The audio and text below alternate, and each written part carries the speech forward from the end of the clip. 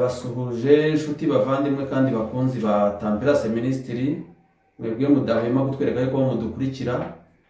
Ndizera ntashidikanya yuko hano kuri Tampirase Ministry tuzunguka byinshi ku bijyanye n'amagara yacu. N'ubundi turagarutse kugira ngo tubashe kuganira, dukore ikiganiro kandi kijyanye n'imibereho yacu, kijyanye n'amagara yacu.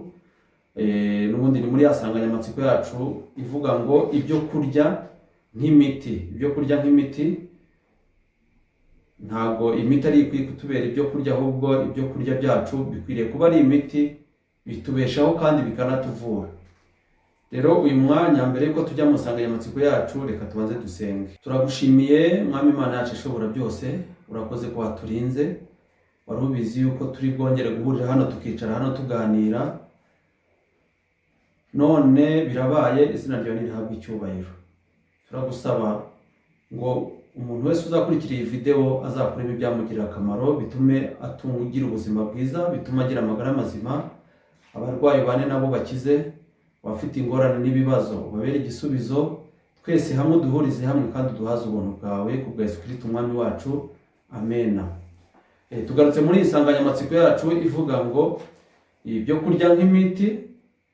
Rero abantu benshi ntago bazi yuko imiti ishobora kuva mu byo turya, yuko ushobora kurya ibimera gusa ari byo ukoresheje kandi ukabaho ubuzima bwiza, utarwara kandi ukabaho neza. Rero hari igihe kizagera abantu benshi bifuze gukora ibi bintu ariko igihe cyararenze. Niko bijya bigenda, umuntu akanga kubikora akiri muzima agifite amagara mazima, akashaka kuzabikora ari uko muganga arinze kubimwandikira. Ni nako abantu bajya bamara igihe kinini bakirengagiza ubuzima bwabo, bakabaho imibereho yo kwirengagiza ubuzima, hanyuma ubuzima bamara kubutakaza bakazirukankana none nyuma yabwo babushaka, ariko ubuzima ntacyo wabona ubugura. Amagara yacu nibwo butunzi, nicyo gishoro. Bajya bavanga imbaraga z'umukene nicyo gishoro cye.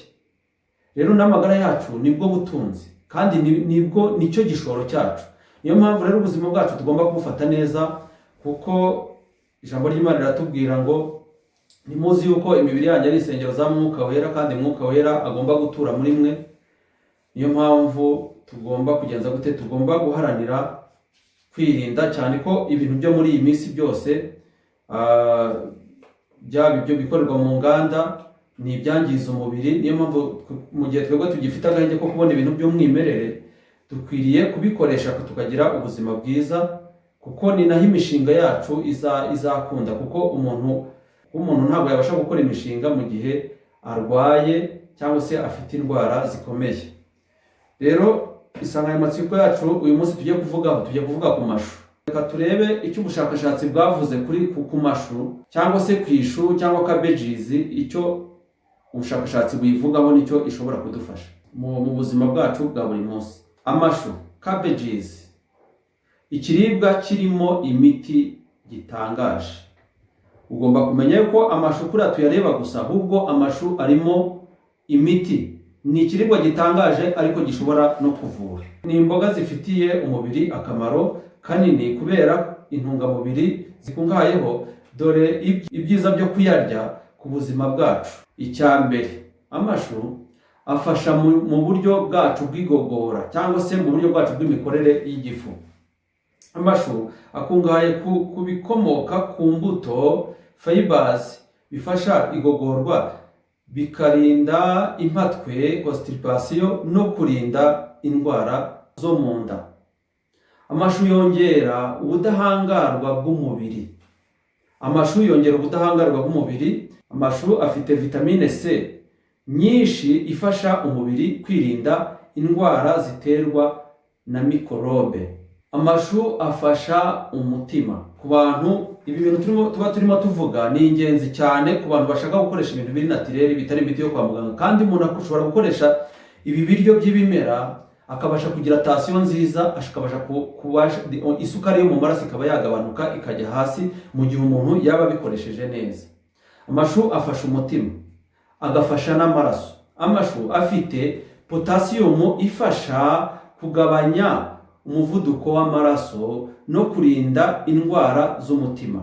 Amashu afasha mu kurwanya kanseri. Uru rubuto cyangwa se uru ruboga rwifitemo ibintu bitangaje, abantu tuba tubibona cyangwa tukanabica ariko ntitumenye yuko ibi bintu ari ingenzi. Amashu akungahaye cyane mu kurwanya kanseri. Amashu arimo antioxidant, amashu arimo za carbone n'izindi ntungamubiri nyinshi zizwiho kugabanya ibyago byo kurwara kanseri zitandukanye. Amashu agabanya cholesterol mu maraso cyangwa se mu mubiri. Kurya amashu kenshi bifasha kugabanya urugero rwa cholesterol mbi LDL mu maraso. Amashu afasha mu gutakaza ibiro.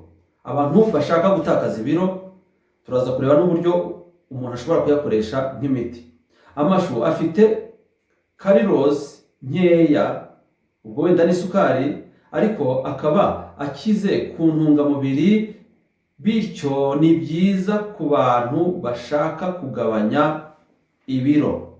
Amashu ni meza mu kurinda amagufa y'umubiri. Kurinda amagufa kubera vitamine K na calcium biba mu mashu bifasha mu gukomera kw'amagufa no kurinda indwara. Amashu ni meza kubera ko yongera ubushobozi bw'ubwonko. Amashu ni meza cyane, yongera ubushobozi bw'ubwonko. Vitamine K iboneka mu mashu igira uruhare mu mikorere myiza y'ubwonko no kwibuka neza. Amashu arinda uruhu gusaza vuba. Amashu arimo vitamine C n'andi ma antioxidant arinda uruhu, agafasha kugumana itoto no kurwanya uturwara tw'uruhu. Uburyo bwiza bwo kuyarya. Amashu uburyo bwiza bwo kuyarya akakubera umuti ni ukuyarya ari mabisi. Amashu kuyakoresha ari mabisi. Hari n'uburyo uyasekura ukayavanamo umutobe, uwo mutobe ukagenza gute ukaba wawukoresha. Ushobora gukoresha kuyakora nk'isosi y'imboga cyangwa se potage. Kuyateka gahoro. Niba ushaka amashu kuyakoresha mu buryo bwo kwivura, ugomba kuyateka ukayarya yarabye, atari kumwe ariko bashyiraho vinegere, ukayateka akaraba, ugahita uyakuramo adahiye neza, ukayarya adahiye neza. Burya ni nabwo buryo bwiza bwo kurya imboga z'ibyatsi nk'idodo n'izindi bisaba kuzirabika kugira ngo uzirye nk'umuti. Rero amashu kuyakoresha mu buryo bw'umuti ni ukuyateka ntashye, kuko iyo ahiye agashya za ntungamubiri zose ziba zapfuye. Reka rero turebe no muri iki gitabo cyitwa ngo Imbaraga y'Imana ivura, ikorera no mu byaremwe, uko batubwira ku bijyanye n'ishu. Umutobe w'amashu uvura ibisebe byo mu gifu. Iyo unywa uwo mutobe wayo nyuma y'iminsi 4, uburibwe burashira. Hano nyuma y'ibyumweru 3 ibyo bisebe biba byakize.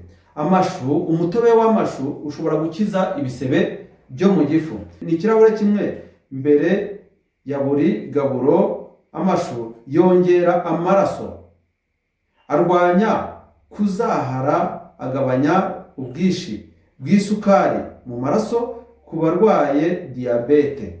Amashu ashobora kugabanya ubwinshi bw'isukari mu maraso ku bantu barwaye diyabete, mu gihe ubashe kuyatunganya ukazajya ukoresha umutobe wayo ikirahure kimwe ku munsi. Asohora imyanda mu mubiri. Iyo unyweye uwo mutobe ntacyo wariye, bisohora inzoka zo mu nda cyangwa se inzoka zo mu mara. Kubandika ikibabi gishyushye cy'ishu ku ruhu bivura ibisebe n'ibindi bibazo by'uruhu, arinda ibibyimba bya kanseri. Rero amashu arimo imbaraga itangaje y'Imana kandi ivura. Uko bayategura: kunywa umutobe wayo ikirahure mbere yo kurya cyangwa nta kindi wariye. Gusya imigongo y'ikibabi ukagishyushya n'ipasi, ubundi ukakibandika ku ruhu. Kurya amashu igihe kirekire udahagarika bitera umwingo. Amashu nubwo avura, ariko ntabwo ari ikintu umuntu yagakwiriye kurya igihe kirekire cyane udahagarika. Ariko twumvisemo imbaraga iri muri iki gihingwa, cyangwa se iri muri iki kimera, cyangwa se iri muri uru rubuto, cyangwa se iri muri uru ruboga, imbaraga y'Imana ivura, uko dushobora kurukoresha atari ukururya gusa, ahubwo tukarukoresha nk'ikintu cyavura. Bamwe bashobora kuyakoramo salade, ariko bitari iby'igihe kirekire, ariko byibura ku muntu ushaka kwivura, amashu byibura wakayakoresheje nka 2 mu cyumweru cyangwa se 1 mu cyumweru. Ariko niba ushaka kuyakoresha wivura ibisebe byo mu gifu, kugabanya isukari mu maraso ku bantu bafite diabete, wakayakoresha ukajya ukoresha icyo kirahure cy'umutobe w'amashu byibura 1 ku munsi, kandi bikagabanya isukari, kandi amashu ashobora kugabanya cholesterol mu mubiri. Rero ibyo twari twabateguriye uyu munsi naha bisoreje. Twumvise uburyo ishu rifitemo ubudahangarwa, cyangwa se ishu ari umuti ushobora kuvura indwara nyinshi zitandukanye mu buryo abantu benshi batabizi. Reka dusoze tubashimira wowe wabanishije kumurikira. Imana iguhe umugisha, kandi ni byiza ko niba hari ikibazo cyangwa se igitekerezo wakwandika muri comment hasi, ukagenza gute ukabaza, cyangwa se ukadusaba ku kintu runaka tuzavugaho ubutaha muri insanganyamatsiko yacu ivuga ngo ibiribwa nk'imiti. Imiti ntikwiye kutubera ibiribwa. Amagara mazima nibwo butunzi, amagara mazima nicyo gishoro. Uwiteka abarinde kandi abane namwe. Turagushimiye Mwami Imana yacu, tubonye inama zituruka mu byo waremwe. Turagusabye ngo uduhe kubyitaho no kubizirikana, kandi bizatugirira umumaro, bizatume tugira amagara mazima, bityo na Mwuka Muziranenge akorere mu mibereho yacu no mu bugingo bwacu. Tubyatse twizeye mu izina rya Yesu, amen.